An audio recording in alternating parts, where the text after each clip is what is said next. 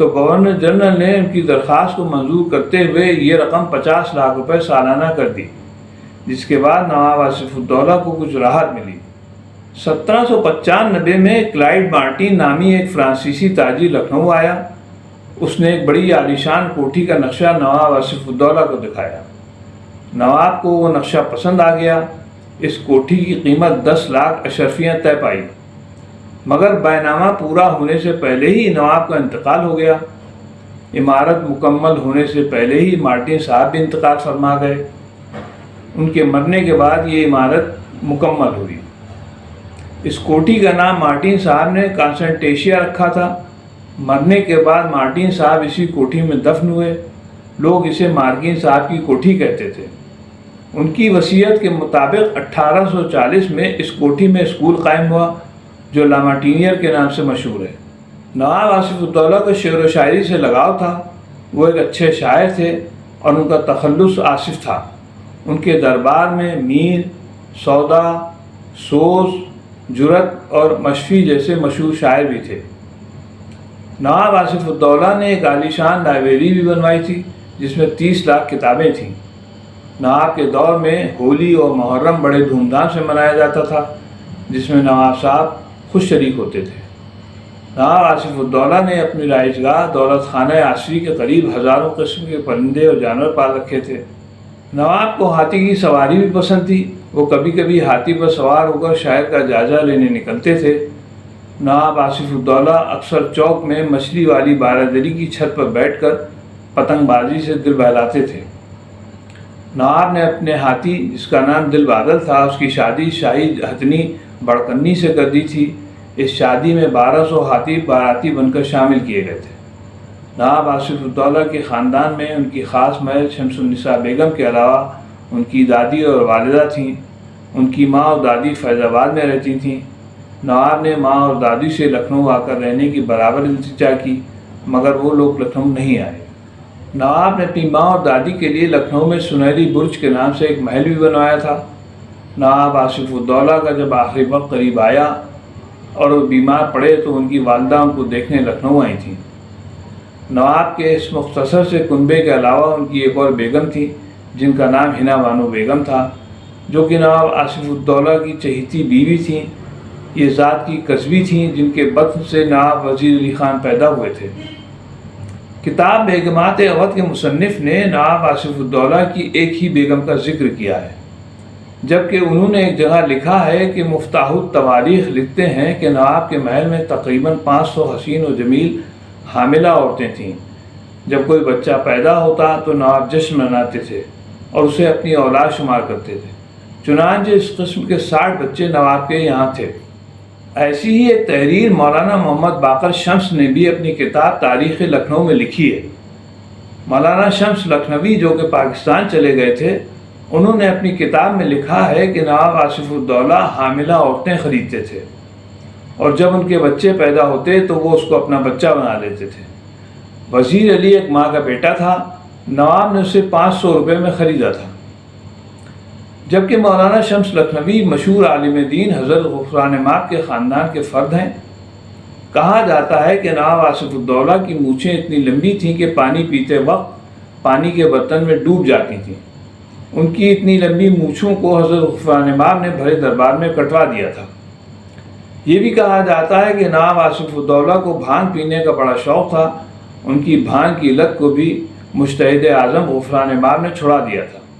تو اب سوال یہ پیدا ہوتا ہے کہ جو مجتہد اعظم نواب کی مونچھیں اس لیے کٹوا سکتا ہے کہ وہ شریعت کے خلاف تھیں، تو اس کے دور میں وہی نواب 500 حاملہ عورتوں کو خرید کر شریعت کی دھجیاں اڑاتا رہا۔ دوسرے یہ کہ لکھنؤ میں حاملہ عورتیں کہاں بکتی تھیں؟ حاملہ عورتوں کا یہ بازار حضرت غفران مآب کی نظروں سے کس طرح اجل رہا اور مجتہد اعظم نے اس غیر شرعی حرکت پر خاموشی کیوں اختیار کی؟ یہ چند سوالات ہیں جن کا جواب کسی کے پاس نہیں، کیونکہ نواب آصف الدولہ کو بدنام کرنے کے لیے انگریزوں نے ایسی ہی بے سرپیل کی باتیں عوام میں پھیلا دی تھیں، جس کا نتیجہ ہے کہ سینکڑوں مصنفین نے انگریزوں کی پھیلائی ہوئی باتوں کو بغیر سوچے سمجھے اپنی کتابوں میں لکھنا شروع کر دیا اور آج تک لکھتے چلے آ رہے ہیں۔ حضرت غفران مآب نواب آصف الدولہ کے دور حکومت میں ہوئے تھے۔ نواب حسن رضا خان کی کوشش اور شاہی خزانے پر مولوی دلدار علی غفران مآب عراق تعلیم حاصل کرنے گئے۔ وہاں سے میر سید علی صاحب سے اشتہاد کی ڈگری لے کر لکھنؤ واپس آئے۔ انہوں نے مذہب اثنا عشری کو خوب ترقی دی، جس کی بدولت ہندوستان میں مذہب اثنا عشری کو منفرد پہچان ملی۔ نواب آصف الدولہ سے زائرین نے شکایت کی کہ عراق کے شہر نجف میں ہمیشہ پانی کی قلت رہتی ہے، 1 روپے کا 1 مشک پانی ملتا ہے، آپ کچھ کریں۔ نواب آصف الدولہ نے خزانہ شاہی سے لاکھوں روپے خرچ کر کے 23 میل لمبی ایک نہر دریائے فرات سے نجف تک کھدوائی تھی، جس کے آثار اب تک موجود ہیں اور یہ نہر آسفی کے نام سے مشہور ہے۔ حقیقت تو یہ ہے کہ نواب آصف الدولہ کی 3 بیویوں کا ذکر کتابوں میں ملتا ہے، ایک شمس النساء بیگم اور دوسری حنا بانو بیگم، مگر تیسری کا نام کسی بھی کتاب میں درج نہیں ہے۔ مصنف قیصر التواریخ ایک جگہ لکھتے ہیں کہ ایک لڑکا برہان علی خان نام کا نواب مرحوم کے نطفے سے تھا، جو بچپن میں ہی مر گیا تھا، مگر اس تحریر میں ماں کا نام نظارت ہے۔ اسی طرح کی ملتی جلتی تحریر تاریخ اودھ کے مصنف نجم الغنی نے بھی اپنی کتاب میں لکھی ہے۔ بیگمات اودھ کے مصنف لکھتے ہیں کہ نواب کے نطفے سے 2 بیٹے کسی بیگم سے پیدا ہوئے تھے، ان میں سے ایک کا نام برہان علی خان تھا۔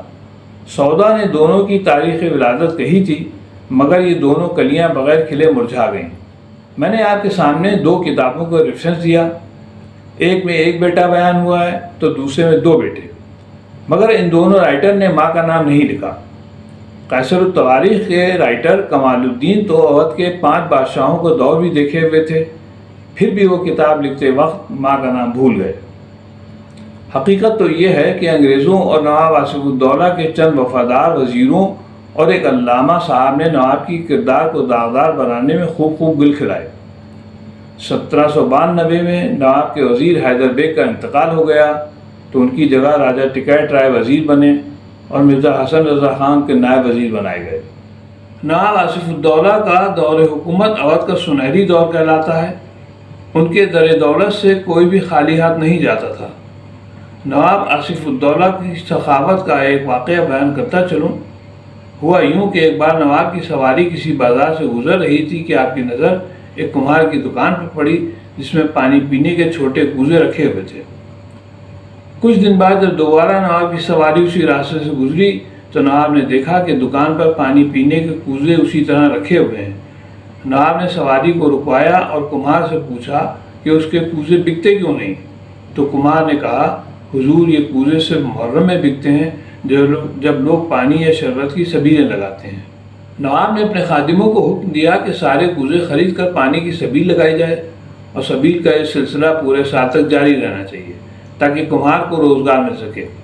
ایسی سینکڑوں مثالیں موجود ہیں جو کہ نواب آصف الدولہ کی عوام سے ہمدردی کا مظہر ہیں۔ اہل لکھنؤ میں مشہور ہے کہ دکاندار اپنی دکانیں نواب آصف الدولہ کا نام لے کر کھولتے تھے۔ بہرحال نواب آصف الدولہ نے جو سخاوت کا دریا جاری کیا تھا اس سے ہر ایک فیض یاب ہو رہا تھا، جس کے نتیجے میں ایک کہاوت مشہور ہو گئی کہ جسے نہ دے مولا اسے دیں آصف الدولہ۔ یہ بات کہاں تک صحیح ہے اس کا ذکر تو کہیں نہیں ملتا، مگر یہ کہاوت لوگوں کی زبان سے آج تک جاری ہے۔ نواب آصف الدولہ کے وفادار وزیروں نے ان کے انتقال کے بعد جو گل کھلائے اس نے اودھ کی تاریخ کو داغدار بنا دیا، جبکہ جس کی تفصیل نواب وزیر علی خان کے ذکر میں آپ کے سامنے پیش کی جائے گی۔ دسمبر 1797 میں 51 برس کی عمر میں نواب آصف الدولہ کا انتقال ہوا۔ بخشی مرزا حسن رضا خان کے گھر سے کفن آیا اور کربلا عراق سے لائی گئی مٹی جو منصور نگر کے مکانوں کی چھتوں پر رکھی گئی تھی، امام باڑے آسفی کے بڑے ہال کے بیچ ایک بڑا گڑھا کھود کر اس میں وہ مٹی بھر دی گئی، جس کے بیچ لحد کھود کر قبر بنائی گئی، جس میں نواب آصف الدولہ کو دفنا دیا گیا۔ جس وقت نواب آصف الدولہ کا انتقال ہوا اس وقت اودھ میں 80,000 پیدل فوج اور 30,000 گھڑ سوار کے علاوہ توپ خانہ بھی موجود تھا۔ لکھنؤ میں ایسٹ انڈیا کمپنی کے ایجنٹ اور اس کی فوج کے لیے ریزیڈنسی کی عمارت 1780 میں نواب آصف الدولہ نے بنوانا شروع کی تھی، جس کو 1800 میں اودھ کے چوتھے نواب سعادت خان نے مکمل کروایا۔ نواب آصف الدولہ کے بعد ان کے بیٹے نواب وزیر علی خان تخت حکومت پر بیٹھے، جس کی تصویر جلدی آپ کے سامنے پیش کی جائے گی۔ تب تک کے لیے اجازت چاہتا ہوں۔ خدا حافظ۔